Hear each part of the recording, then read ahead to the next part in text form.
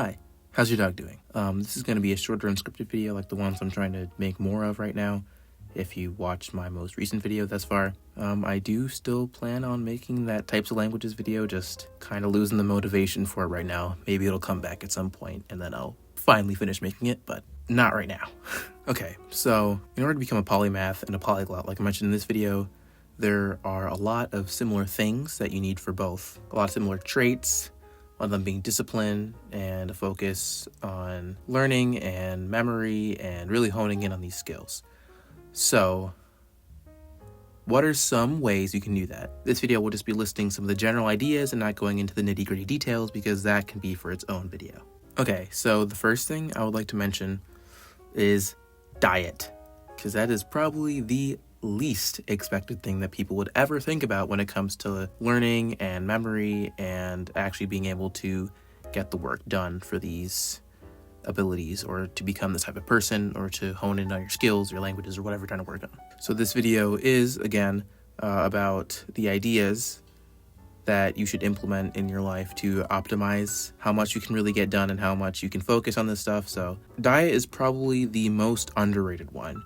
Because, well, first off, to be quite honest, most of our diets are not great. Most people's diets consist of not the best foods for them, and people don't realize that our bodies quite literally process different foods differently. No matter how many calories they are, or if they're the same macronutrients. You know, this applies to fitness as well, but I'm talking about for the brain. Food will affect you differently. Typically, carbs, studies have shown this isn't just me saying this isn't bro science or something. These are studies that have shown carbs make you more sleepy and protein makes you more awake. But a lot of our diets consist mainly of carbs and mostly the bad carbs. So we're kind of getting the worst of the worst. So the first thing is just, I'm not even telling you to completely change and, go all in. What I'd focus on is just changing one meal a day gradually until it gets healthier. And I'll make it easy for you. If you can have one meal a day that's just chicken, rice, veg, and broccoli, the classic. Now you can mix it up. My favorite meal personally is salmon and potatoes. I really like that. Or salmon and rice and broccoli. Those two work really well for me, at least. So that's just because I really like the way they taste. And I know fish is delicious and it's really good. So you can try that out. So yeah, I'm not telling you to go complete all in, but just try to go for like the basic foods, the ones where you're not going to really see much of an ingredient list for them. Like salmon. The ingredient salmon is salmon. So just go for that. Just try to gradually change it, and then you'll notice that you should be able to focus more and get better at doing your work. And it's definitely worked for me personally. Like when I eat lunch and it's primarily based on carbs, I feel a lot more sluggish within the next 1 to 2 hours. If I eat one that's more based on protein, I feel a lot more awake for the next 1 to 2 hours. This is kind of what causes that slump in the afternoon that many people get after eating lunch because they just eat a lot of carbs. Okay, so next I'm going to touch on this pretty quickly because I've already mentioned it in its own separate video, which I totally think you should watch, is meditation. Meditation increases BDNF, brain-derived neurotrophic factor, which essentially just increases your capacity for learning and being able to focus.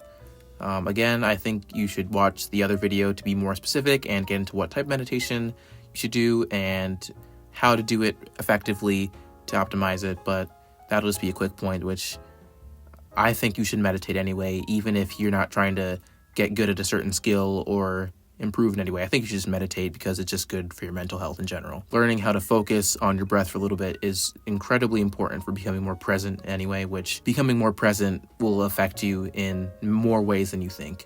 It won't just mean that you're more focused when you do your work. It means that you're more focused when you're talking to friends and family. When you're more present, they will know that you are listening to them and you are taking in every single word that they are saying. Not just quote unquote listening, waiting for them to finish so you can speak again. You're actually listening to what they're saying and taking it in. Another good thing you can do for this is exercise. I'm not going to necessarily recommend any specific type of exercise. I'm not quite sure if different types are better than the other. I'm not sure if weightlifting is better than cardio or body weight. I don't know any of that kind of stuff. I don't know any of the specifics for that, but all exercise, even if you're not doing it for focus, it at least wakes you up more. I'm just asking you to try it for a weekend or something. Wake up a little bit earlier than you normally do, maybe an hour, 30 minutes, so you can get a little more adjusted. And then, go for a run, go to the gym, do a couple of push-ups, whatever you can for exercise. You will feel more awake and you will feel better and more ready to do what you want to do. Now, because I'm a student, that means I have to wake up incredibly early to do this, which I do, and I do miss a couple of days. And it doesn't really have much of an effect on my work for YouTube because I do that much later in the day. But on the weekends and during vacations and stuff like that, when I do implement my schedule for it, that definitely helps and makes me feel a lot better in the morning. Like, I do not feel ready for the day until I have exercised, and normally until I've meditated and then somewhat journaling. Journaling I can do any time of the day though. Next, you should absolutely plan your day out more. Having a schedule is very important, not just one in your head, one written down, set in stone, or written on your phone. Use the calendar app or use the reminders app if you have an iPhone. Just do that and you will get a lot better at actually doing things, because you're going to realize, oh wait, I have this thing to do right now. Just adjust it if you can't exactly keep up with it. Just adjust it, because if you just don't follow it, that ruins everything. I can tell you from experience just earlier today, in fact, that I have essentially accidentally procrastinated making this video by a couple of hours, because I'm currently recording this at 10:53 right now. At the latest, I was expecting to record this by like 9:15. But that's because I ignored the schedule and got off track, so I kind of disregarded it, and this is what's happening right now. So I'm recording this a lot later than I expected, giving myself a little less time, because I was expecting to maybe just set it up for editing, because I have to set it up so that I feel more motivated to do it once I actually have to get down to editing. But I might have time to do that now because, yeah. Basic one is sleep. Your body needs to rest. I can make an entire video on sleep, so just because of that, I'm not going to go too in depth with that. But if you want to see how good your sleep is, you want to track your sleep, I would recommend the app Sleep Cycle. It's very nice. It also has an alarm feature, which it has a microphone, like uses your phone's microphone.